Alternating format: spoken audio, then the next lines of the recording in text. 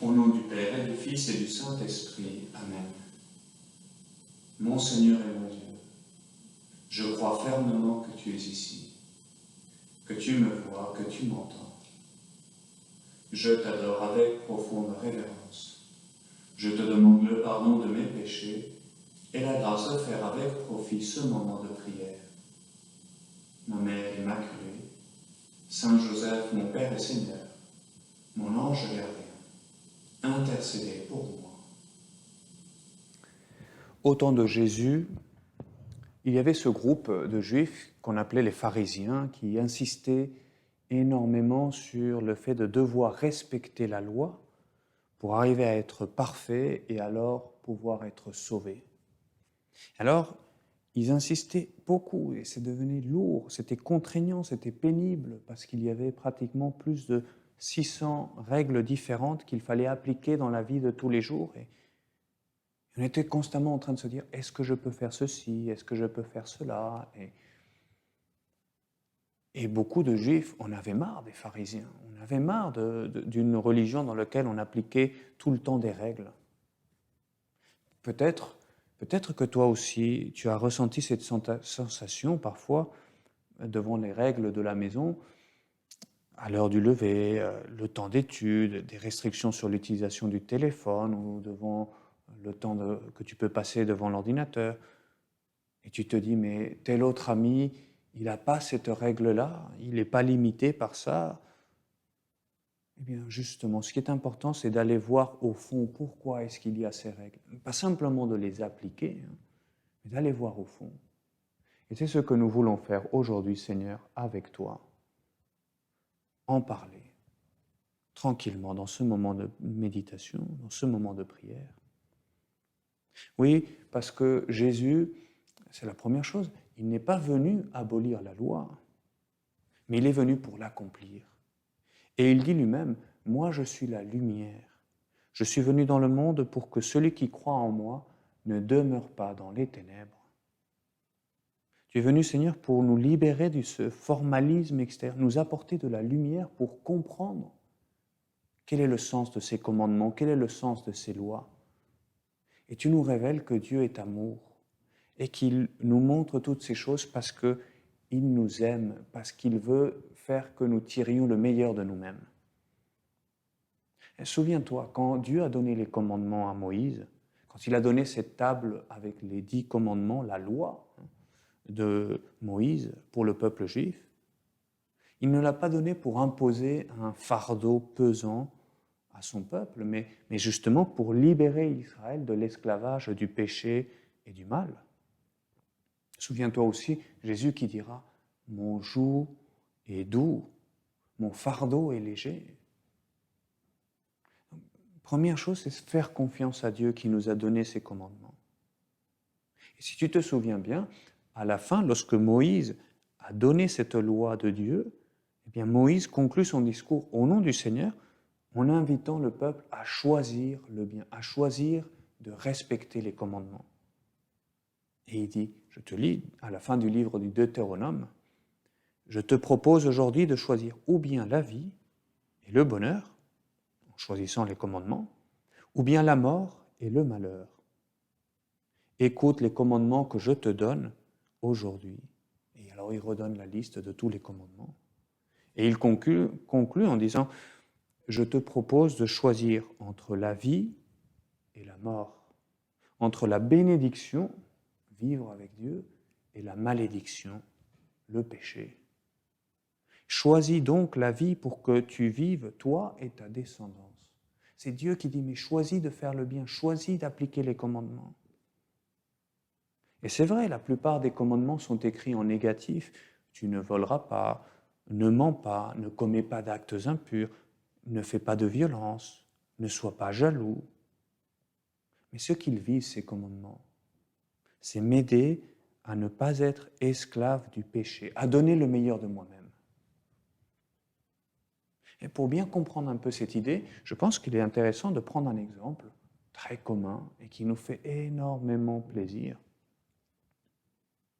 Les commandements de Dieu, les commandements de l'Église, de mes parents aussi, de ceux qui m'aiment, On pourrait dire que c'est un peu comme les règles du foot, pour ceux qui aiment le foot.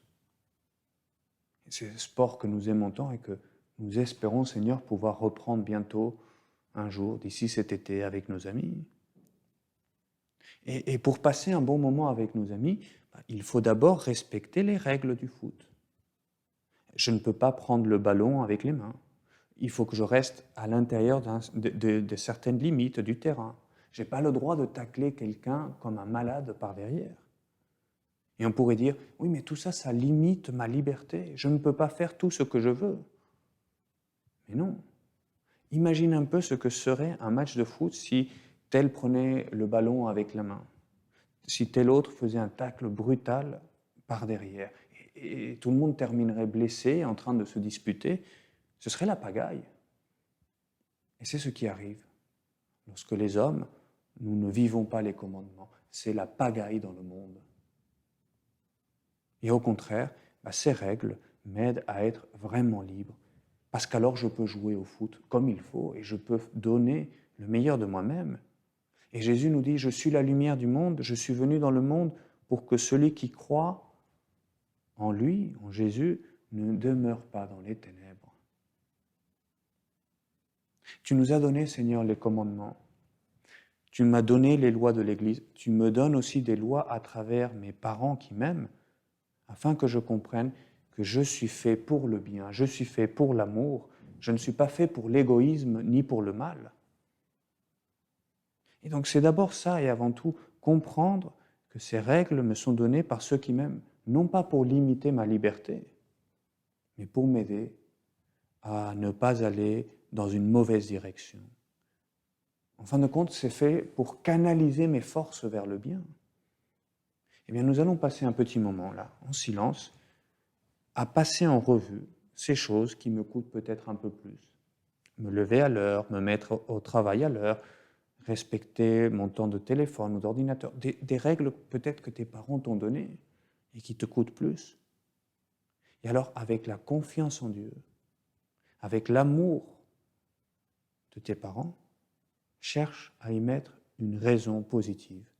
Ça, c'est fait pour m'aider à fortifier ma volonté. Ça, c'est fait pour mieux vivre l'ordre. Et tu donnes une raison et alors tu demandes au Seigneur la grâce de mieux vivre ces règles-là.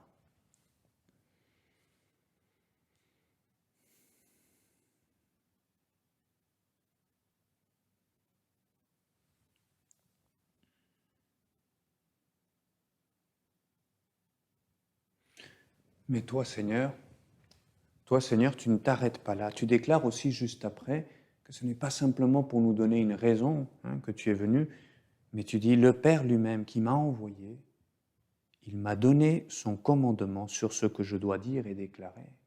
Jésus lui-même a reçu des commandements de Dieu. Et je sais que son commandement est vie éternelle.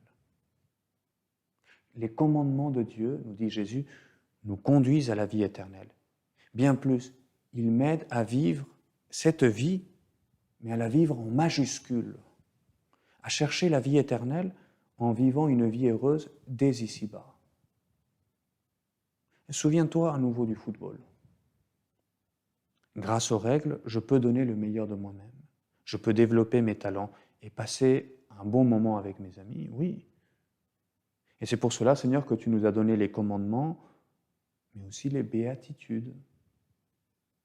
En suivant ces règles, nous avons un chemin vers le vrai bonheur, parce que tu veux vraiment que nous soyons heureux dès ici-bas, comme un bon père veut que ses fils soient heureux. Et regarde Jésus. Jésus est la personne la plus heureuse ici sur terre. Et c'est cela que tu veux pour nous, Seigneur, lorsque tu nous donnes ces commandements, ces règles, ces béatitudes. Heureux les pauvres en esprit, heureux les doux, heureux les affligés, heureux les affamés, heureux les assoiffés de justice. Mais quand on lit cela, effectivement, on voit heureux, mais les choses que tu dis là, Seigneur, elles sont dures, elles ne sont pas faciles à vivre. Pauvre en esprit, doux, affligé, affamé, assoiffé, c'est pas facile. Et effectivement, le Seigneur ne propose pas le chemin de la facilité. C'est vrai, je le reconnais.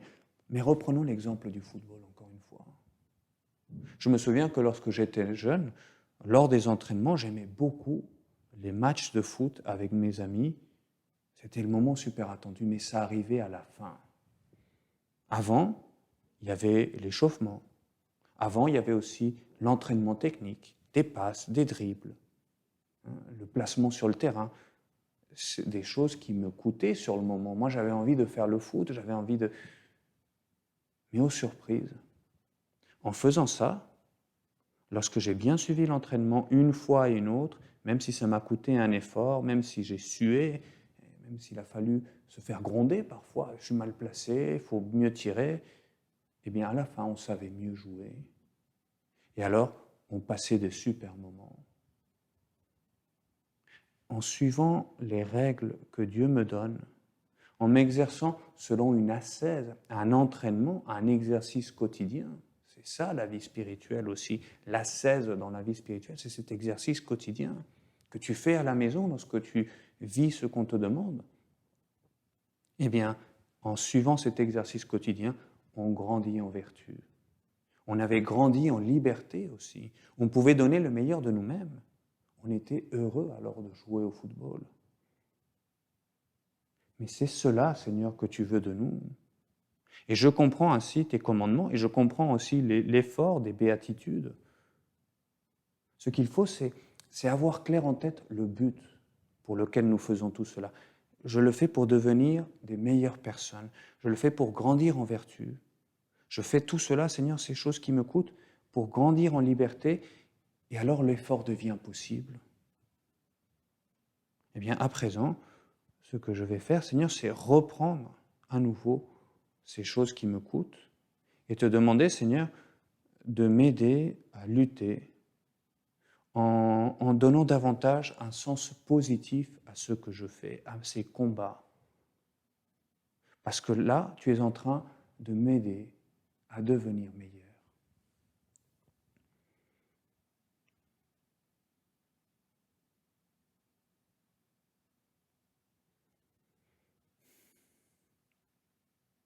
On le voit bien. Quand tu veux être bon au foot, tu prends comme modèle tel joueur de foot, je ne sais pas, Mbappé ou Cristiano Ronaldo. Moi, j'aime énormément Messi, par exemple. Mais parce que je ne veux pas simplement être bon au football.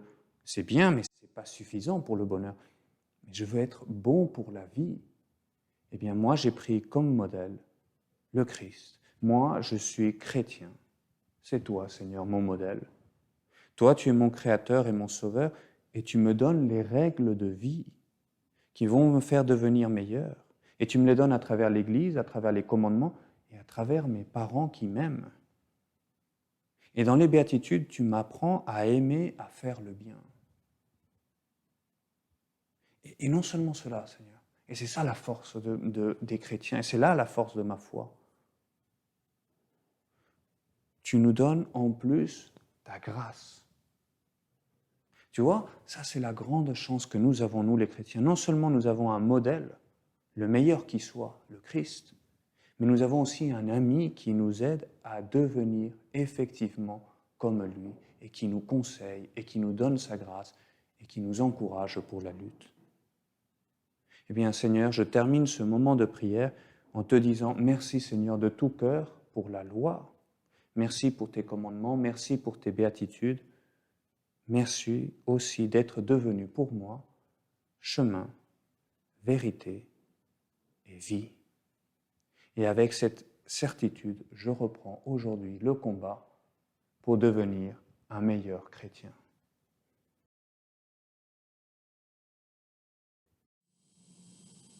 Je te remercie, mon Dieu, des bonnes résolutions, des actes d'amour et des inspirations que tu m'as communiquées dans cette méditation. Je te demande de m'aider à les mettre en pratique. Ma Mère Immaculée, Saint Joseph, mon Père et Seigneur, mon ange gardien, intercédez pour moi.